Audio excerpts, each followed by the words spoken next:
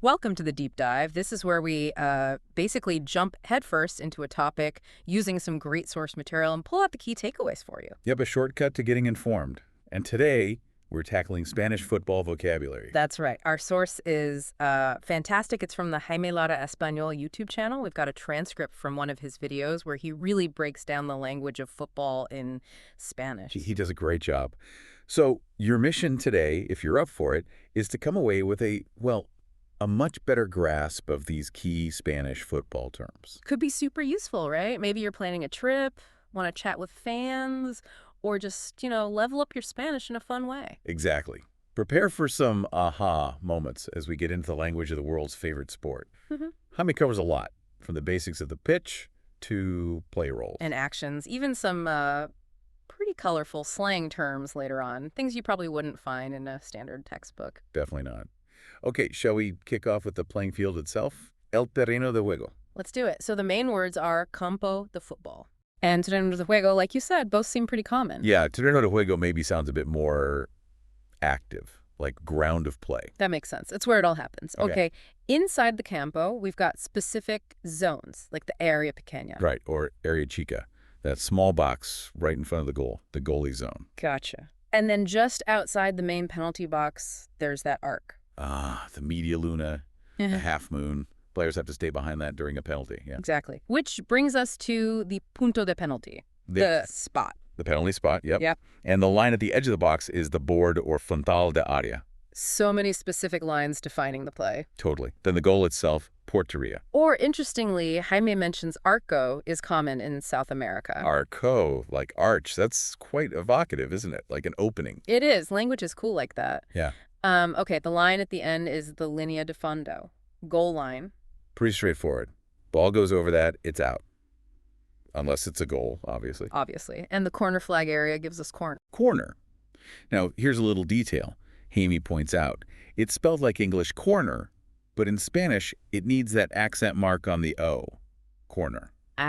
Because of the stress on that syllable. Exactly. Spanish accent rules.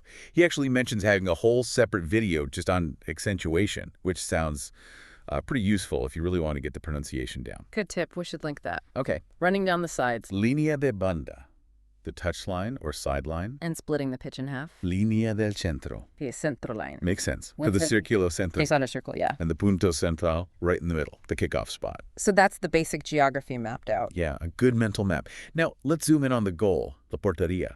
It's got its own anatomy, so to speak. It does. The top bar. That's the larguero or travesaño, the crossbar, Right. And hitting that.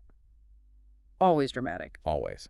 Then the top corners, where you aim for that perfect shot. Escuadra izquierda and escuadra derecha. Top left and right corners, the postage stamp. Exactly. Unstoppable sometimes. Then, of course, the red, the net. Where you want the ball to end up. The vertical posts are post or palo. Both terms used, posten and palo. Seems so. Maybe one's slightly more common or regional, perhaps. But both mean goalpost. Interesting. And then the side of the net is lateral de la red. And where the post meets the ground. Base del palo. Okay, so every part has a name. Good to know. Right, so we have the stage. Now for the actors. Las posiciones de los jugadores. The player positions. Okay, number one, the goalie. Portero. Or arquero, tying back to that word arco. Nice connection. But Hemi throws in a really cool one. Cancerbero. Cancerbero. Yeah, that's brilliant. It comes from Cerberus, right? The three-headed dog guarding Hades. Exactly. So calling the keeper Cancerbero. Oh, wow. It really highlights their role as the ultimate guardian, the protector of the goal. Such a vivid term. Definitely memorable. Okay, in front of the keeper, the central defenders. Defensa central derecho and defensa central izquierdo. Right and left center backs. Collectively, the centrales. The core of the defense. And on the sides. Lateral derecho. Laterals izquierdo. Right and left fullbacks. They get up and down the pitch. Sometimes you see a libero, too. A sweeper. Yeah, less common now maybe, but that's a defender playing behind the main line, kind of sweeping up. Right. Okay, moving up into midfield. The engine room. You've got medio centro defensivo and medio centro offensivo. Defensive and attacking midfielders, or just medio centros. And the holding role. That's often called the pivot, sitting just in front of the defense. Like a pivot point for the team. Makes sense. Then wider midfielders, interior derecho, interior izquierdo, right and left infielders. Jaime also mentions they can be called extremo derecho izquierdo, wingers. Right. So interiores, extremos, They all fall under the general term centrocampistas, midfielders. It shows how those roles can blend. Definitely. And what about the players who cover the entire flank, like end to end? The carrilero derecho and carrilero izquierdo. Wingbacks. Carol means lane, right? Yeah, like they own that whole lane of the pitch. Needs serious stamina, that role. You're telling... Okay, further forward now. The link between midfield and attack. That could be the media punta, the attacking midfielder playing in the hole. Or the falso nine, the false nine. Right, the striker who drops deep, creates confusion. And then the main goal scorer. The delantero, or punta, or even killer. Killer, nice. And ariete. Yeah, ariete, like a battering ram. Different terms suggesting different styles of striker, you know. The poacher, the target man. Fascinating. Okay, pitch. Check. Players. Check. Now, the action. Acciones en un campo de fútbol. What are people actually doing out there? Well, the most basic thing, pasa el balón, to pass the ball. Simple enough. And starting the game. Sacar de centro, to kick off. Ball goes out on the side. Saque de banda. Throw in. Player out wide puts the ball into the box. That's centrar. To cross. Try to score. Rematar. To shoot or to head the ball towards goal. Any kind of attempt. In a sequence of play. A move. That's a jugada. Okay. Ball goes out behind the goal, attacker last touched it. That'll be a sock me, the corner, or just corner, a corner kick. And trying to win the ball from someone. Entrada, or simply tackle. Sometimes going to ground. Using your head. Cabecear, to head the ball. Getting away from your marker. Demarcar, to get open, find space. And the opposite, staying tight on someone. Cubrir, or marcar, to cover or to mark. Important not to confuse marcar here with. Marcar and goal. To score a goal. Exactly. Very different meanings. And the flip side, unfortunately, is follow and goal, to miss a goal. Happens to the best of them. What about that quick pass back and forth? Hacer una pared. Literally, make a wall, a 1-2. Nice. When the goalie kicks it out after it went behind. Sac de puerta. Bull kick. A pass that splits the defense. Pass entre líneas. A through ball. Very effective. Switching the play from one side to the other. Cambio de banda. Switch of play. And a fancy back heel pass. Pas de tacón. Tacón is heel. Cool. Defender just hooves it clear. That's a despeche. A clearance. Getting it out of danger. A shoulder-to-shoulder challenge. A carga. Shoulder charge.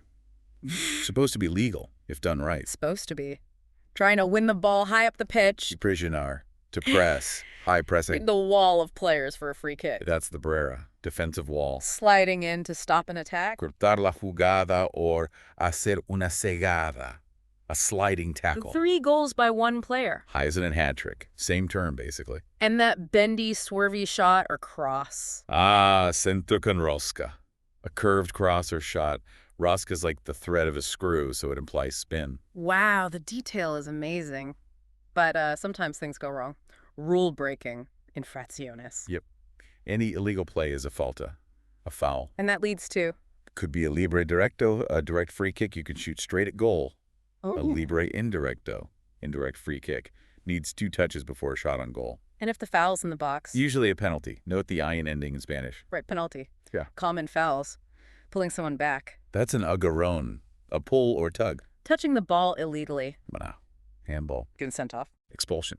Can be a straight tarjeta roja, a red card. It's sometimes called roja directa. Or it could be a double amarilla, 2 yellow cards, tarjeta amarilla. And the one everyone argues about. Fuera de juego. Offside. Always controversial. Okay, those are the official rule breaks. But what about the more informal stuff, the slang? Términos raros. The fun stuff. Okay, how about gol de churro? A churro goal. Like a pastry. Exactly. It means a fluky goal, a lucky deflection, a scuffed shot that somehow goes in. Lie, not pretty, but it counts. I like that. What about scoring in your own net? Gol en propia puerta. Own goal. Literally goal in own door. Makes sense. Beating a player with footwork. Rigateer or dribbler. To dribble. And putting the ball through someone's legs. Oh, the ultimate humiliation. Hacer un caño. To nutmeg. Caño, like pipe or tunnel. Ouch. What about that tricky kick wrapping one foot behind the other? That's a rabona. Looks very stylish. Very. And pretending you were fouled? Tirarse a la piscina. To throw oneself in the pool. Diving. Simulating. Haha, that's brilliant. A player who never passes. They call them el chupón. A ball hog.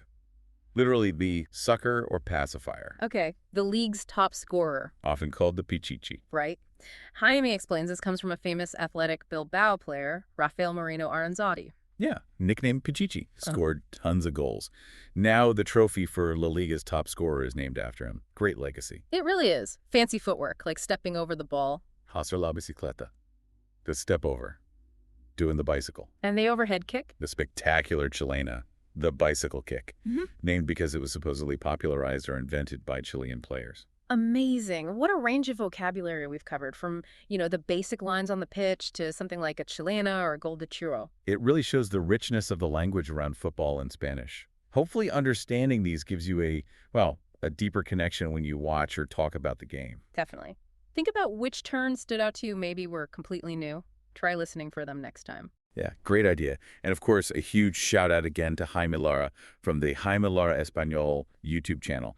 His video transcript was the backbone for this whole deep dive. Absolutely. If you're learning Spanish, seriously, go check out his channel. He makes learning fun, especially using topics like football. We really encourage you to subscribe to Jaime Lara Español.